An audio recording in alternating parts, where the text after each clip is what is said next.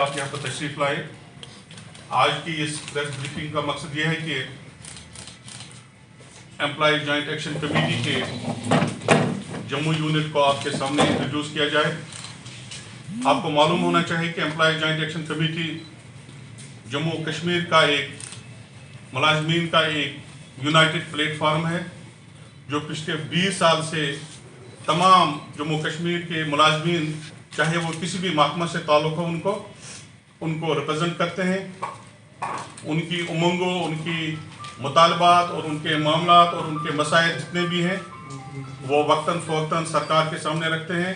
اور بہت سارے معاملات اور مسائل ایسے تھے، بڑے پیچیدہ معاملات تھے جن کو حل بھی کروایا.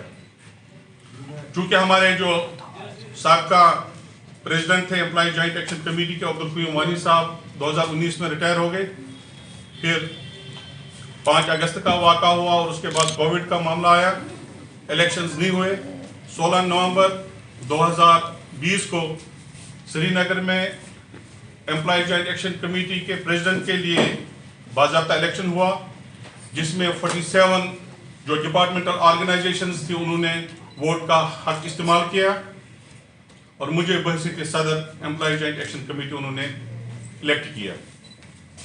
اس کے بعد ہم نے پروونشل باڈی بنائی کشمیر میں اور ڈسٹرکٹ پریزیڈنٹس تھے ان کو بھی ہم نے بنایا.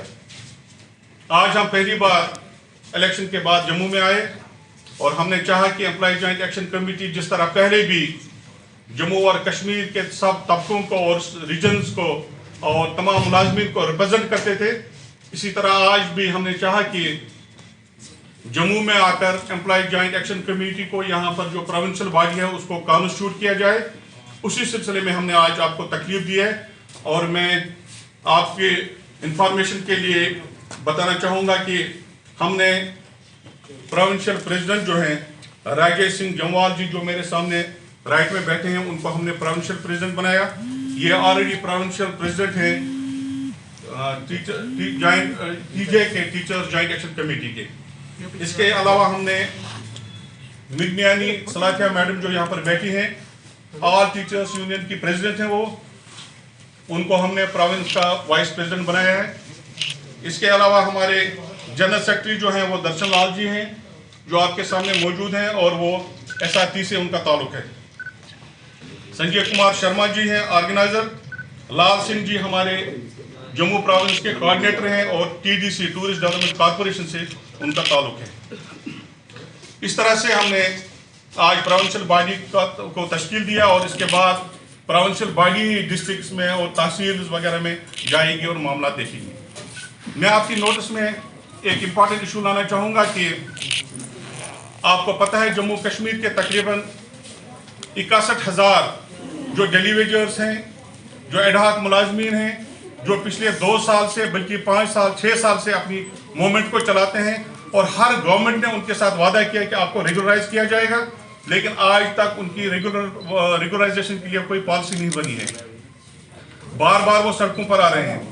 ان کے علاوہ جو جتنے بھی ملازمین ہیں چاہے NRHM کے ہیں، وہ چاہے MG نریگا کے ہیں یا سینٹرلی سپانسرڈ سکیم کے تحت SBM ہے، جتنے بھی لوگ سینٹرلی سپانسرڈ سکیمز کے تحت جو کام کرتے ہیں وہ بھی بیچارے سڑکوں پر ہیں. ان کی سروسز کو بھی ریگولرائز نہیں کیا جا رہا ہے. امپلائی جوائنٹ ایکشن کمیٹی چونکہ یونائٹڈ پلیٹ فارم ہے، ہم امید کرتے تھے کہ جس طرح کی محنت اور مشقت سے ریاست جموں کشمیر کے جو ملازمین ہیں انہوں نے اس جموں کشمیر کو پہلے ریاست تھی اب یونین ٹیریٹری ہے اس کو چلایا، آپ اس سے بخوبی واقف ہیں. ہم انتہائی مشکل ترین حالات میں بھی کام کرتے ہیں.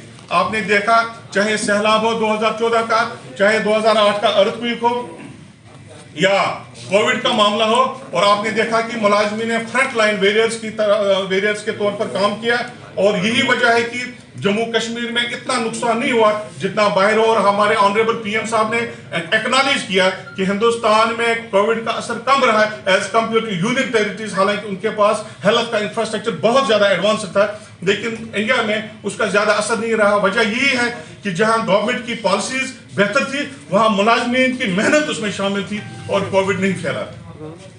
لیکن ہمیں بڑے افسوس سے کہنا پڑتا ہے کہ employee joint action committee expect کرتی تھی کہ ہمارے 61 یا 62 یا 65 جتنے بھی ہزار جو ڈیلی ویجرز ہیں